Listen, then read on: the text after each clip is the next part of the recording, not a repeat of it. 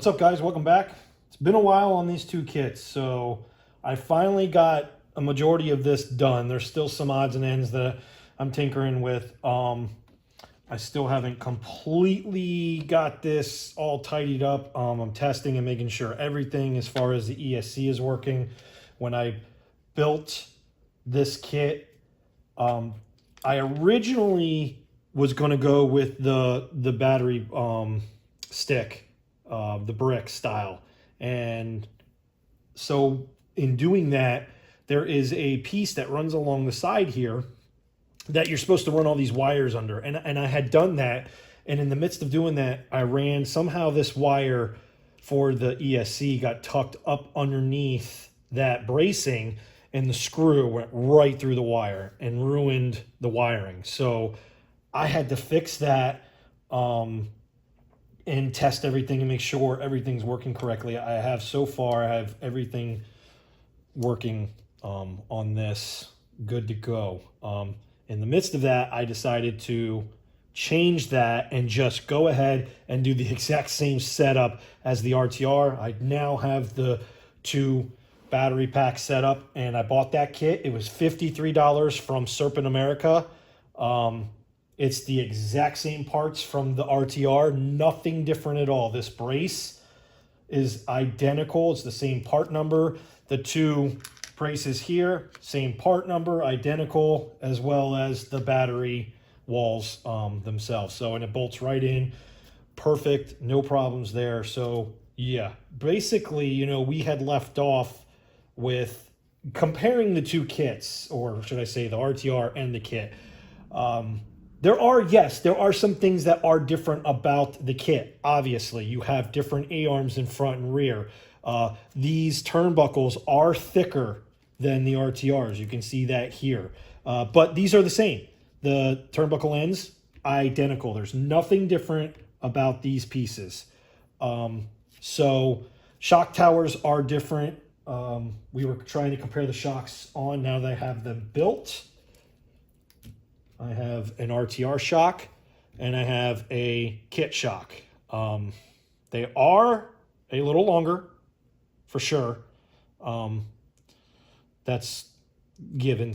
I mean, this is going to compress a little bit. I wonder that, but they are definitely a little longer. So there's a little bit more travel in these shocks, which is why they say to go with these shocks on the RTR. It'll handle a little better. The only issue is the way this shock mounts and the way this shock mounts to the kit shock towers. So this has a built-in ball stud that gets snapped into the cap, and it already has all this stuff built on. And as you can see, this is a larger diameter thread than the hole itself for the shock tower. So if you were planning on changing the stock shock towers out for the aluminum ones that come with the kit and upgrading, you're either going to have to drill these holes out, or you're going to have to purchase this setup here that the kit comes with. This is the screw that goes through here. You also have this black washer that goes with it that'll go on first. And then this is threaded. So this threads all the way in, and then you have your nut that goes on the back of that. So you would have to buy this setup to, you know, convert everything over for the shock setup. You probably, honestly, I don't know if you could just pop these out and use this cap, because there is in this there is a washer, a special washer that goes through there, so you may have to get that as well. The problem is a lot of this stuff, these single items, these washers and the hardware and stuff, you can't just get off Serpent. So they don't have these screws, and they don't have some of the hardware. Some of them they do, but not all. So it could be an issue trying to convert some of this stuff over. Like when we were talking about the front end, you can see here I have the hub and knuckle assembly out of the RTR. And I took the axle out. These two parts are identical. Nothing, these are the exact same part right here. So everything's good there. There is a problem if we did want to, these are the parts you're going to need right here for that front end to switch over, along with the A-arm. There's a couple different things that are different. We cannot just take this and put it through here. That bearing right there is a little smaller than the bearing in this. This bearing is a lot larger to allow for this to go through. So we would have to take this off and we would have to put this one on. You can see it's a little bit, so it could be pretty pricey to get all of this converted over to an RTR, because if you buy this is like $60 alone. That's another like 40, I want to say. This is going with prices off of Serpent. You're going to need the bearings. You're going to need that piece there too, and they come in different styles. There's, I think that's a 2 standard. There's a 0, there's a 1. I guess it's the setup for how the wheels turned. You're going to need these bushings. I think this would come with that, but I'm not 100% sure. Then you're going to need the axle, the pin that goes through the A-arm / wishbone. So because this doesn't come as like a kit where you get all these parts and you have all these, obviously you have all these set screws and stuff too, that I'm not 100% sure. Here's another set screw that goes inside there to lock the pin in on the hex. Here's the stock hex from the RTR. That will work. I mean, these are identical parts. I have a built one here from the kit, and you can see this actually has a offset of 1, but the rear is this exact same part here. It's a 2, it's a 0.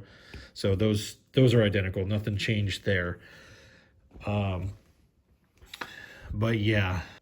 So looking at those parts, it's different. It could be pricey. Like I said, you'll have to replace the A-arm and get all of those separate parts. So it's not cheap to do it. I mean, you can do it. Everything from the kit to the RTR is compatible.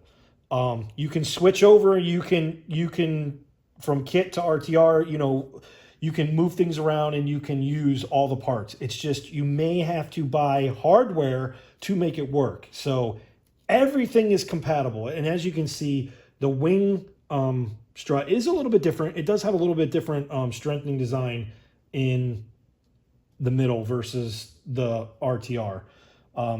Back setup, identical. These pieces, they're damn near the same parts. They're close. You could probably use this with this and vice versa. I haven't taken that off, but there is more adjustments here for the kit. They give you, obviously the kit is more, it's more detailed. They give you more options. They give you more things to move around and adjust for racing.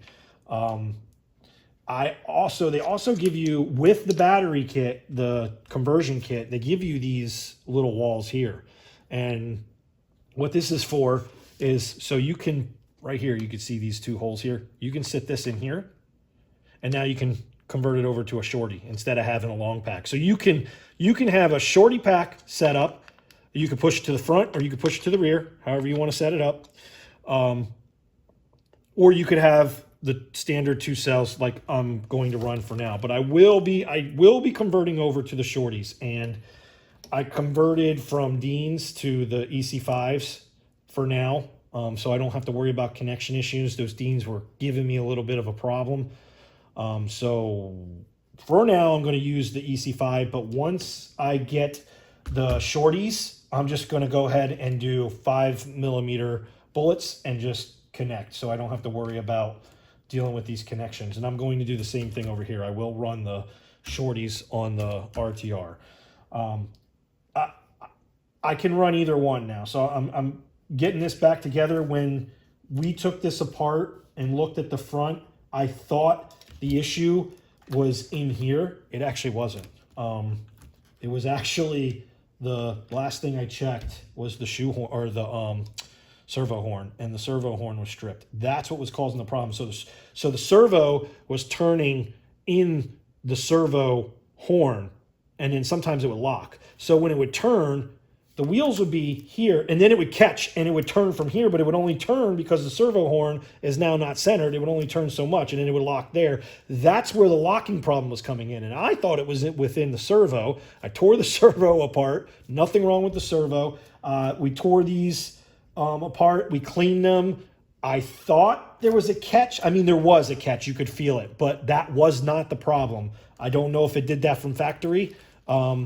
What I did is I loosened these little set screws up. These set screws go in and hold a, I'm not sure exactly. I'm guessing they're to keep these from backing out, the hubs. I just slightly backed them off, and it freed this up. So there's no more catch there.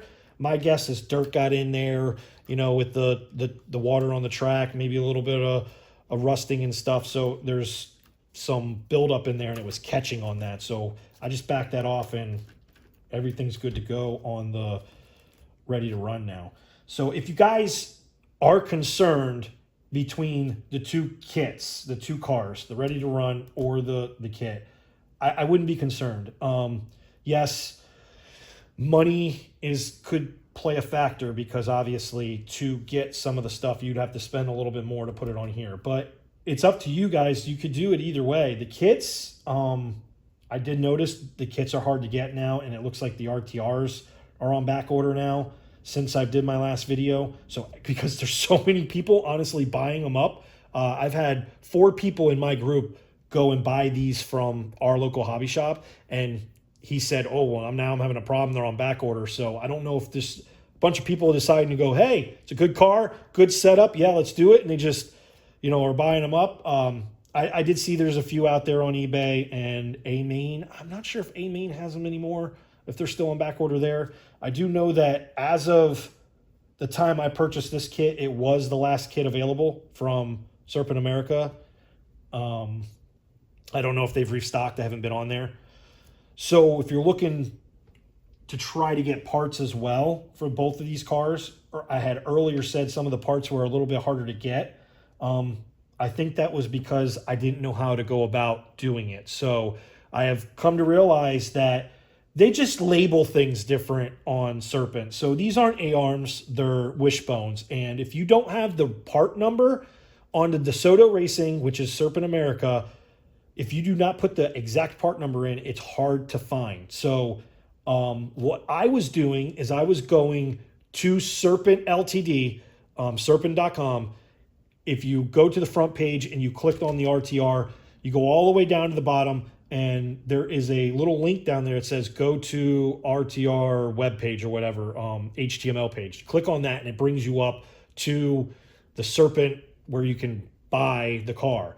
On the left-hand side, about halfway down the page, there are some settings over there that you can search optionals and spares. If you click on those two, those are optional parts and your spare parts for this car. And they give you the part numbers for all that. So you click on that and you find your part number, and then copy the part number, go back over to DeSoto Racing / Serpent America, put it in the search bar. It'll be an SER600, whatever the part number is. When you hit enter, it'll bring it up. It'll also let you know on Serpent Ltd that if the part is available in the United States, if it's available in, I think it's UK or the other, there's like 3 warehouses. You have the American warehouse, you have the Chinese warehouse, and then you have that other country. I'm not 100% sure where it's from. It'll let you know. So you can look there and go, oh, there's 5 over in the United States. Go back over to the Serpent America website and put that in. I know it's kind of a pain in the butt to do, but once I got the hang of it, I was like, oh, okay. I've got parts. I just ordered all this. These are my sway bars. I'm going to go lighter on the sway bars on the kit for the track I run. I ordered the battery kit from them. I've ordered the A-arm now for the RTR. I've ordered a lot of parts, and their shipping is amazing. Their shipping is so amazing. I live in the state, so I'm lucky enough that literally next day I have my parts. They're at my door. So that's good for me. I mean, everything between these two cars is pretty identical. I know I've had a couple comments, oh, basically telling me I don't know what I'm talking about, that, there are so many differences. And listen, I built this car and I've pretty much taken this car apart. Yes, there are differences. I'm not going to say they're completely 100% identical, because obviously they're not. You can see it just in the A-arms alone. But all of the main the diffs, the diff cases, even the triangular strut here, everything is the same. This bolt is the same as this bolt. Almost everything is identical. Center diff cover, same. Center diff is the same as this center diff. The motor mount is identical. Now, granted, they have an upgraded version for the kit. This is a little bit different with the aluminum part. It's silver. This is all black. You have a different aluminum strut here for the steering. This one has, just that steel, which, again, but it's the same part. They can switch in and out. Other than the whole front end, there isn't much difference between these two cars. The frame is a little different on this one to allow for some of the different things that the kit does. But when you look at these two, they're really, really, really identical. And they actually even make a lightweight chassis too. So you can even go lighter on the chassis for the kit and sub that out. When I go to the shorties, I'm not going to do the dual battery strap that I did here that I modified to make. I'm just going to run the one, because you won't run into the battery hitting the gear problem. The one thing I will say too, I already made this mistake. When you go to put your motor in the kit, or even in the RTR, if you're changing out motors and you have to do your own soldering and stuff because you're building your motor setup, do not make the mistake I made. I put the wires on backwards. These wires should be facing this way to allow more room for the loop. So as you can see, these are kind of in the way. I'm going to see if I can get away with using it. So far, I have put the body on here, and it doesn't seem to be an issue. But we'll see how that pans out when I actually get it on the track and start using this. It's been a while since I've raced 8. Obviously, you can see from the videos that I've kind of stepped back from the 8-scaled stuff. And I've been doing a lot of the short course, which I really enjoy. It's not that I don't enjoy the 1/8 scale. I have always been a 1/10 short course truck type of guy. I think they're more fun to race. And I'm not as good at the 8 scale. The talent in the 8 scale is just unbelievable. So it's like, well, if I race, I race, because I'm not competitive enough to be fun, in my opinion. Yes, I have fun out there, but I get frustrated easily because I'm not up to the level to be able to race side by side with some of those guys. And that's frustrating for me. It's frustrating for them. Sometimes I'm in their way. I don't like to be that guy. So I will get this back on the track, definitely, and I will end up racing 8 scale again. I'm actually looking at getting a truggy now too, so you guys will see, hopefully in the future here, you'll see the Serpent truggy, because I think I'm going to stick with the Serpent brand. I've absolutely loved the Serpent brand, and from the videos you guys can see, I'm trying to give you guys as much information, because I know there isn't a ton of information out on these cars, and I am not an expert by any means. I will make mistakes. I may not know everything about them, but I'm learning as we go too. So if you guys do shoot me questions, I try to answer them as best as I can. Yeah, this, again, amazing cars. So go out and get you one, have some fun. Maybe I'll see you out there on the track. A couple of you guys have shown up, so that's pretty cool. And we'll catch you on the next video, guys. Thanks for the views. Make sure you hit the like button, hit that subscribe so you don't miss anything. And we'll catch you on the next video. Thanks.